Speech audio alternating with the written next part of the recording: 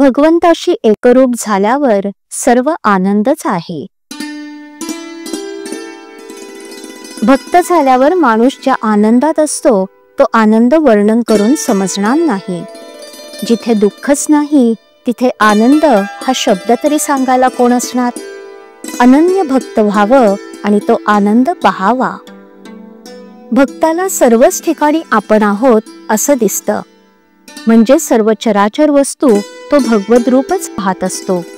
एखाद्या खोलीत सर्व बाजूंनी आरसे ठेवलेले असले तर कुठेही पाहिले तर आपल्याला काय दिसेल? आपल्या स्वतःशिवाय दुसरं काहीच दिसणार नाही. म्हणजे सर्व ठिकाणी एकभाव झाला तिथे दुःखाचं कारणच नाही. तिथे सर्वच आनंद असतो. त्याप्रमाणे भक्त भगवंताशी एकरूप झाला तिथे आनंदाशिवाय दुसरं काय असणार? जे याप्रमाणे जगात वावरतात ते आपल्या आनंदात राहूनही इतर लोकांप्रमाणे वागत असतात. तुकारामांनी अशा स्थितीत राहून लोकांना सन्मार्ग दाखवला. समर्थांनीही ती स्थिती सांभाळून सर्व जगाचा व्यवहार केला आणि इतर लोकांना आपल्या पदाला नेलं. आपण कधी त्या आनंदाकडे जाण्याचा मार्ग पाहिलेला नाही. म्हणून ज्यांनी तो आनंद पाहिला आहे आणि जे सदैव त्या आनंदातच राहतात त्यांच्या सांगण्याप्रमाणे वागणं हेच श्रेयस्कर आहे. म्हणजेच गुरु आज्ञेप्रमाणे वागावं. आपल्याला वाटाड्या भेटला म्हणजे त्याच्यावर विश्वास ठेवून आपण चालतो.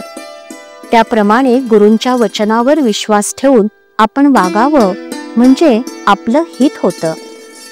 एखाद्या आंधळ्या माणसाने साखर समजून जर मीठ खाल्लं तर ते खारट लागल्या वाचून राहणार नाही. त्याप्रमाणे आनंद मिळेल या कल्पनेने आपण विषयाची संगत धरली पण त्यापासून दुःखच प्राप्त झालं.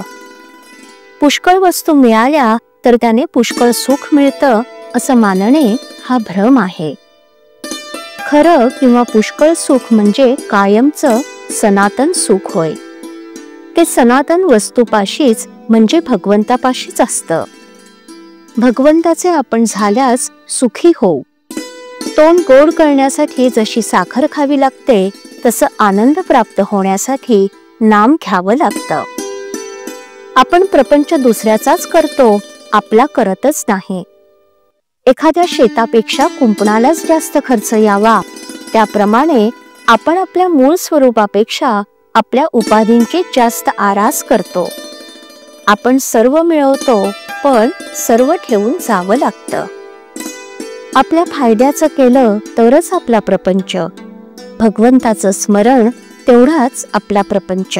आपण आईबापांवर, नवरा बायकोवर, मुलांवर, नातेवाईकांवर, शेजारा पाजाऱ्यांवर सुखासाठी अवलंबून राहिलो तर सुखी होणार नाही. आपलं दुःख किंवा यातना जर कोणी नाहीशा करत नाही तर मग दुसरा कोणी आपल्याला सुख देईल ही कल्पना कशी खरी ठरेल? श्रीराम. श्रीराम जय राम जय जय राम. श्रीराम जय राम जय जय राम.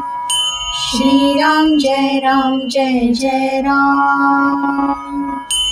श्रीराम जय राम जय जय राम. श्रीराम जय राम जय जय राम. श्रीराम जय राम जय जय राम.